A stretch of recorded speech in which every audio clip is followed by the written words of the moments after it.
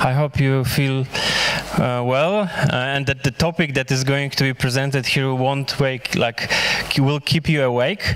I have a pleasure to introduce Jakub Rosiński.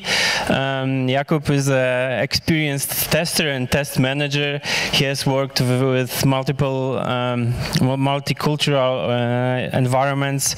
Right now, he finds best the Scandinavian one, working with in back Poland.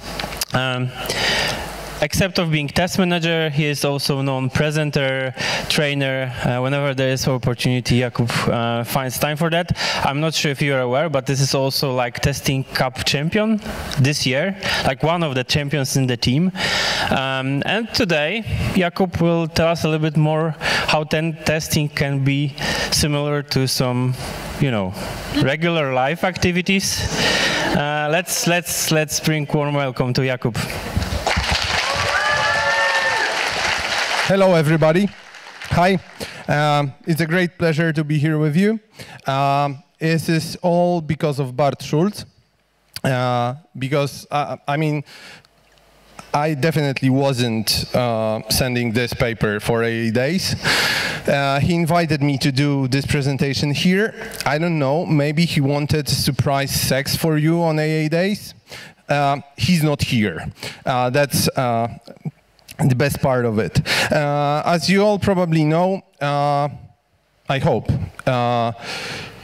testing can be really satisfying, but this presentation is gonna be like a journey. So, because we are after lunch, I know that the absolutely most favorite part of every conference, especially IT conference, are the exercises that speakers try to do after lunch. I'm gonna give you exercises as well. So, whoever works in IT over 2 years, please raise your hand. For every 5 years you work in IT, please clap once. Cool. That's the end of the exercises. Thank you very much. I hope you will not be remembering me bad for that. I use word sex. There is only one reason behind it, because I wanted to connect two things that I like in life the most. And this is testing and talking about testing, and sex sells. So I sold myself with this presentation. I will try to only speak about testing now, and I just hope that your minds do the rest. Anne-Marie, on the beginning of today, said that her joke has no punchline. The idea behind this presentation is that there are punchlines only.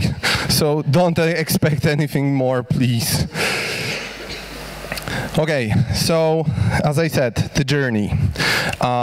We heard about testing. Maybe someone did a bit of testing in front of us. Maybe we read something about testing and we thought that, whoa, that sounds interesting. Maybe I would like testing myself. So we try to figure out, we try to learn about testing.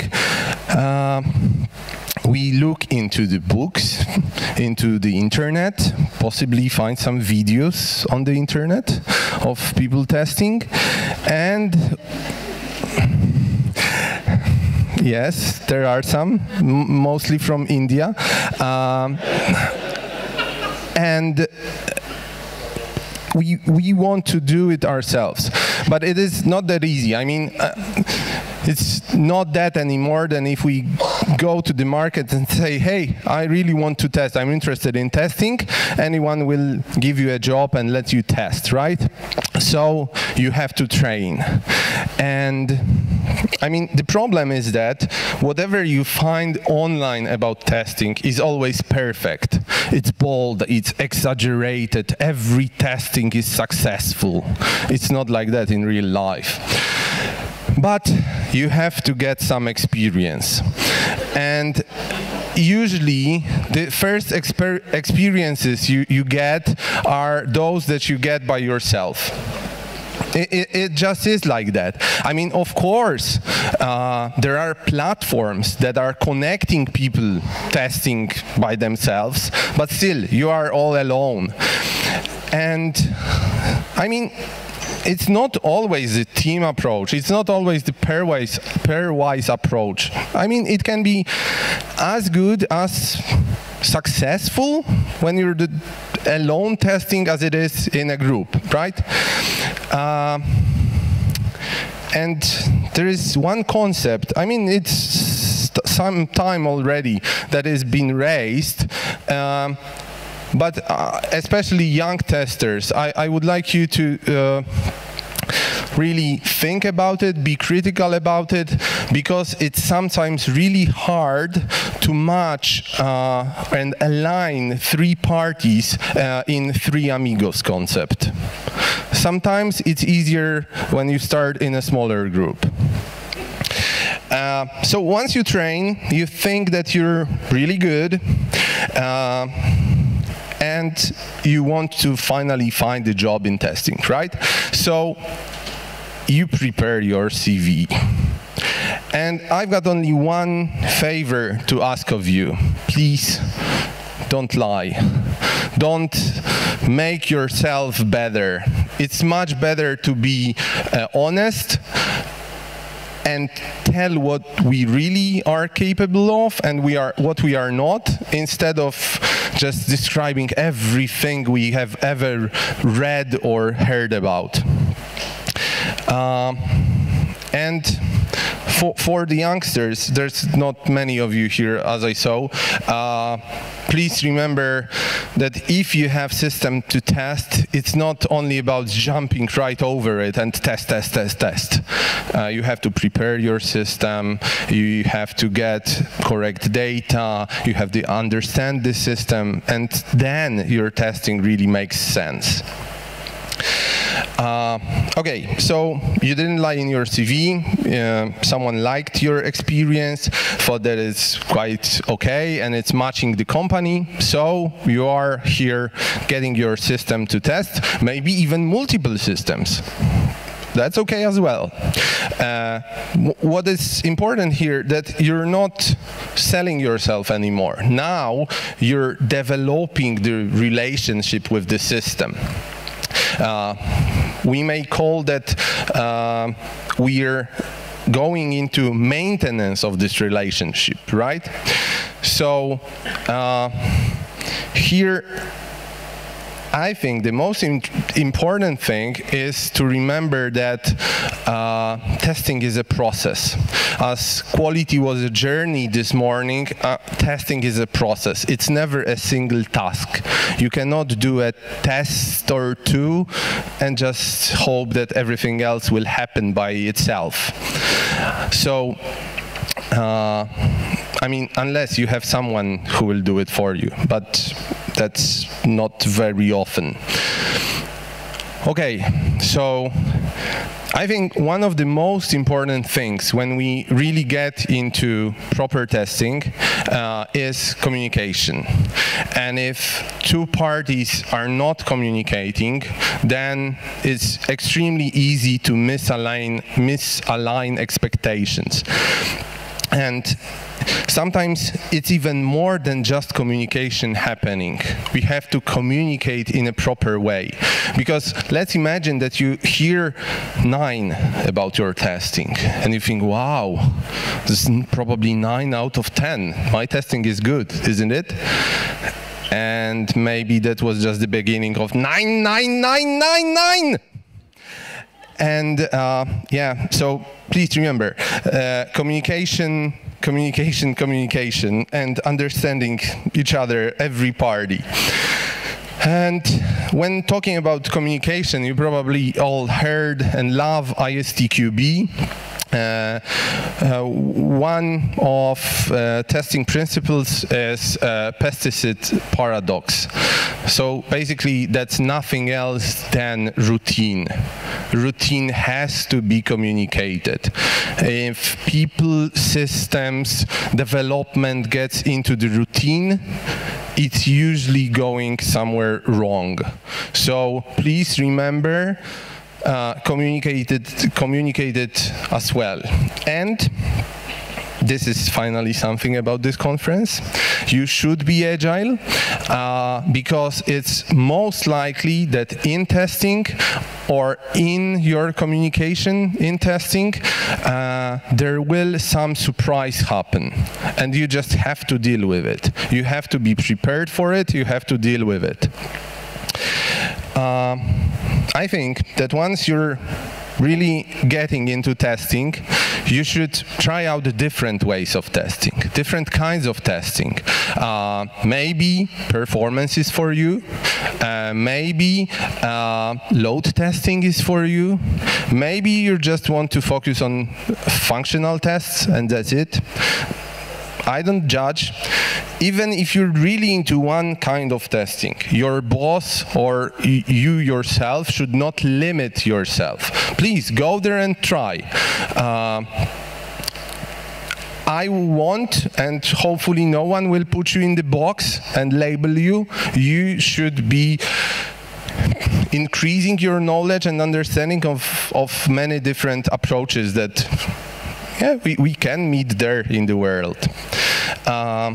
But whatever approach you will make, it's usually not just monkey clicking around the system that will provide some interesting results. You should stop and understand systems requirements, and only once you have that, and this is something that communication can help you with, you can provide and align the technique with the requirements. So when you have all that, have different techniques, tried it, and then you are possibly providing a very good testing to some system. And if you do, usually even the architects go for a smoke after the round of testing.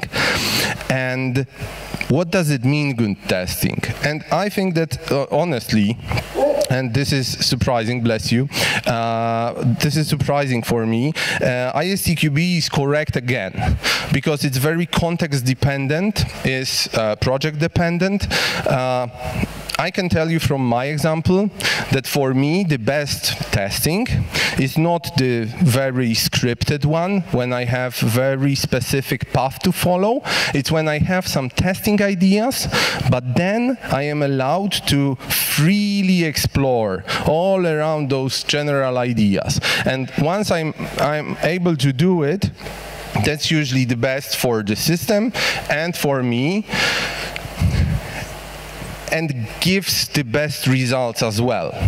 And last but not least, when you're really done, I mean really done with successful testing, you usually cannot wait for the production release, don't you? I mean, I say that as a proud father of 2 daughters. Okay, so second part of this conference name, automation. At some point in our careers, almost every one of us looks towards automation. And there's nothing wrong about it. Most probably, automation will not steal our jobs, I hope, because we still have one problem with automation. Either the tools or the specialists are extremely expensive or they are crappy. And I mean, until we, and I know you are really interested into it and, you know, increasing your knowledge, so it's not about you in general, but we as a testing community will learn to grow here. We are going to have a bit of problems with automation. And when we're talking about the tools, as they are usually used with that kind of testing, please remember to never do unwanted penetration testing. Please don't. I know Polish law says that if you're thinking it's good or whatever, then it's okay. No, it's not. Period. By the way, most probably that's the last time I'm giving this presentation, because after our law will be submitted by the government, I might be prosecuted for 5 years. But penetration testing only if wanted. And the other thing, I mean, no matter if you're using tools or not, I feel strange when there is someone peeking above my shoulder looking at how I test. I just don't feel very good with it, especially when they criticize me. Do you? Okay. So, everything so far was rather positive, I hope. But there are some systems that you just don't want to test, aren't there? So, I had a story of a guy who was assigned to work with a system that supported butchery lines. And he was like one of the most extreme vegans I know. He didn't want to work with that system. And sometimes those are the systems that we don't want to work with. But let's turn it around. Sometimes we are the testers that systems don't want to be tested by. And what I mean by that, I mentioned preparation before testing, but we should be caring of our system after the testing as well. We should be cleaning up our test data. We should be, killing the services or whatever we should do on our system. But no matter what we do and how bad sometimes we behave or misbehave, there is hope for us, because it's usually us who remember our failures the most. I mean, everyone already forgot it long ago, and we are still, oh my God, I screw up so badly last 10 years ago. And there is only one thing I and my friends, to be honest, thought of that is really shameful when it comes to talking about testing, is that when you are proud to not test at all, that's something that might be shameful. This way or another, this technique or another, please do test. And now our journey through testing lifecycle, our testers lifecycle is progressing, and we are getting to more advanced stuff. I don't know, maybe after 5-10 years in testing, you will start noticing some things, maybe much earlier, because you're more interested in it. In the beginning, usually every build is welcomed by us with open arms. We want to test every piece of code that we are getting. And after years and years with the same system, we are getting more into no release notes, not touching that. But there are other ideas that happen, like maybe outsourcing the testing is a good idea. Maybe crowd testing is. Sometimes you happen to encounter a system that has already been tested, you know about it, and you just can't help yourself but to think, ooh, I would test it better. And probably, who of you has favorite testing framework, like the test automation framework? Really? No one?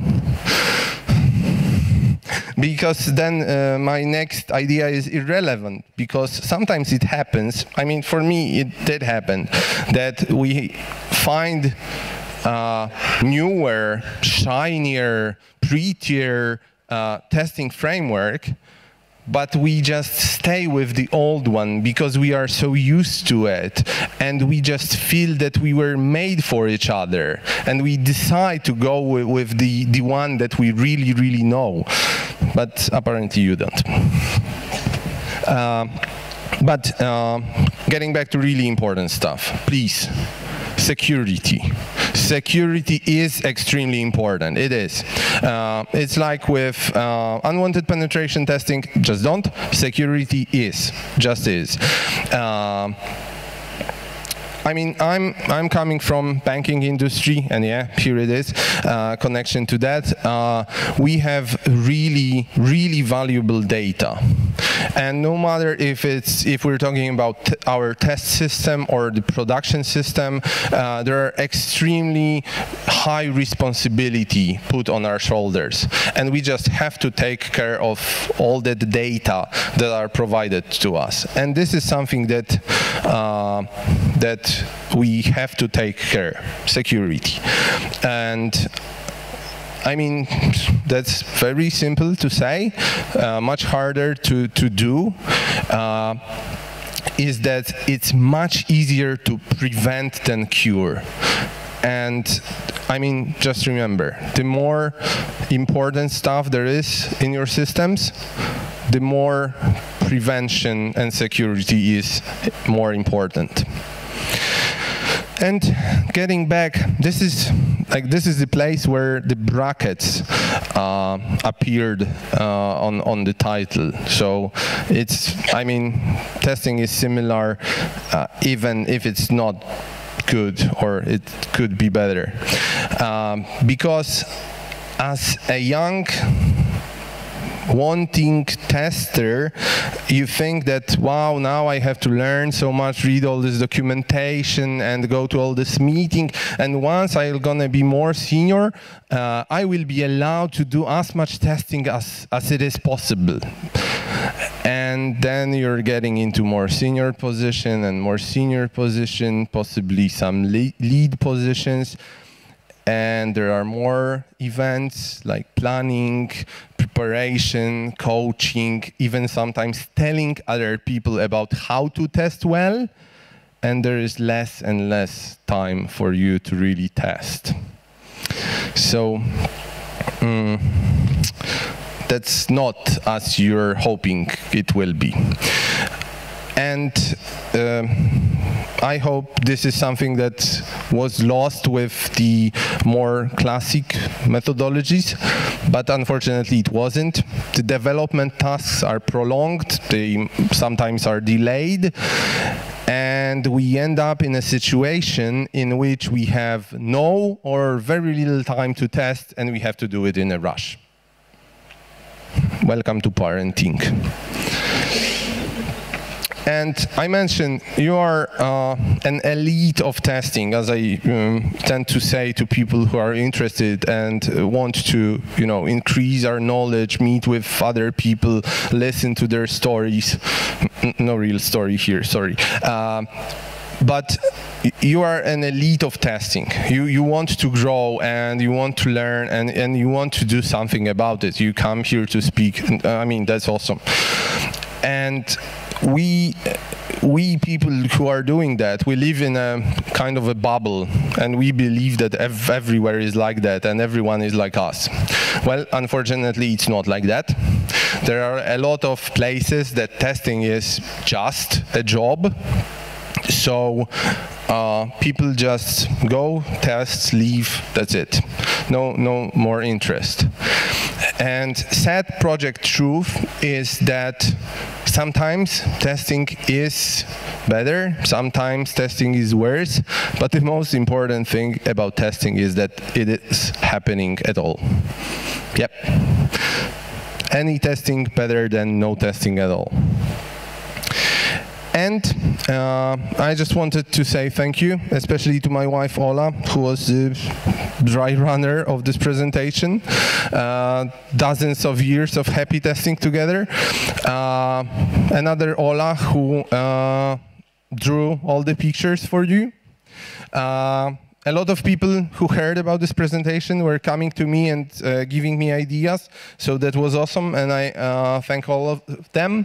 I would like to thank Bart again, and I definitely would like to thank BEC Poland, because the first time I did this presentation in English was for C-level management and at BEC, and I mean, I'm still employed, and they kind of looked happy, so I mean, that was, I mean, much smaller group, but still, I'm afraid, harder audience.